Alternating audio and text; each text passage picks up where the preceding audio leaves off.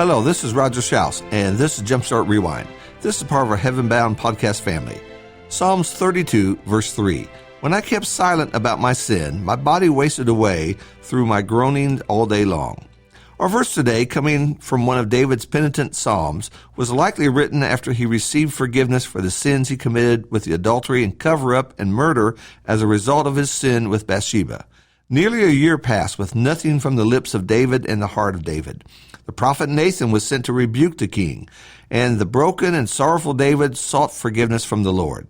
This chapter opens with the wonderful words, "How blessed is he whose transgression is forgiven, whose sin is covered."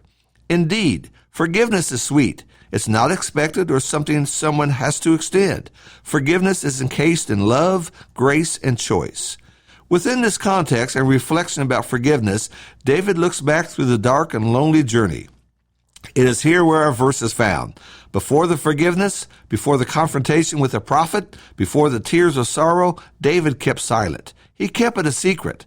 Out of the sight and out of mind didn't work here. In David's secret and silence, guilt was eating him alive. Our verse says, "My body wasted away through my groaning all day long." A few verses later, he admitted, "My vitality was drained away as with the fever heat of summer." And with this comes an important lesson for us about sins and guilt. First, God gives us the emotion and feeling of guilt for a reason. We're not expected to move to guilt street, but having guilt shows that our conscience is still working. When one does wrong and never feels bad about that, a deadened conscience will not help him. Guilt reminds us that we were wrong. We know it. We shouldn't have said what we said. We shouldn't have done what we did. If we could take it back and do things over, we would do things differently. That's the upside of guilt. In Acts, we find the expression of a pricked heart and cut to the quick. Today, we'd say the preacher stepped on my feet in his sermon. Guilt is a miserable place to be. One hopes that no one will find out about the wrong that he did. The guilty want the secret to stay a secret, but we know the Lord knows. And as with David keeping his sin secret, when we do that, it plagues our mind and our spirit. For David, his body wasted away, as the text says. For us, we lose our appetite. We have trouble sleeping at night. We feel ashamed to pray. We don't feel worthy to be around others worshiping God. I met a young man like this several years ago. He was active, vibrant, happy, and full of energy. It was hard to keep up with him. But one day, everything seemed different. He no longer smiled. He stood in the corner and wasn't around others. He was just off. He wasn't himself. I noticed that. We got together to talk. First, he said it was nothing. He hadn't been feeling well, he said. More into the conversation, he said he wasn't getting much out of worship anymore.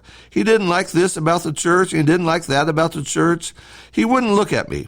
He kept looking at the floor. And then, out of the blue, I asked him, "Have you been unfaithful to your wife?" He immediately looked at me with wide eyes and a look of horror upon his face.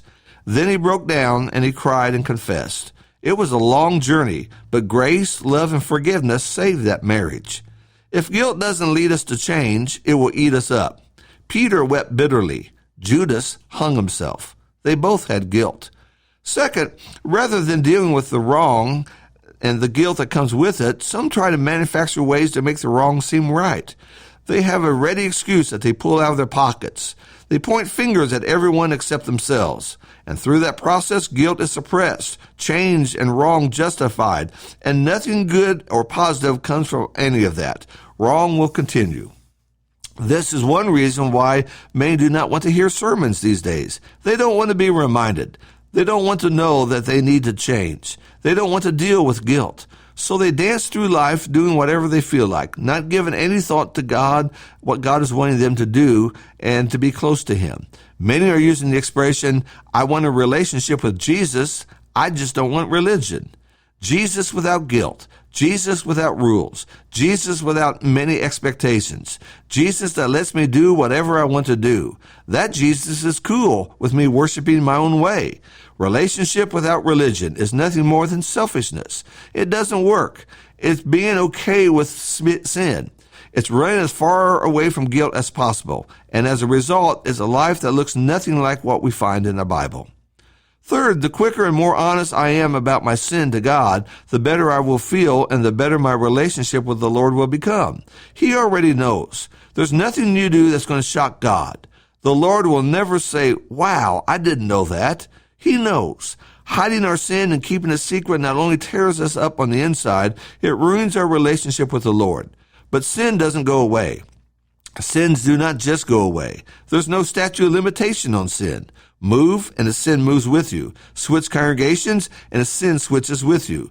You can bury yourself in doing good deeds, but the sin remains. God's justice is not a giant balance or scales. As long as there's more good than bad, we'll be okay. That's how some believe. That concept is based upon salvation by works, not faith and grace. As one scrolls through Psalms 32, we see refreshing and uplifting spirit of David. Forgiveness came, and how glad he was. I expect he wondered why he waited so long. Why did he keep holding on to those secret sins?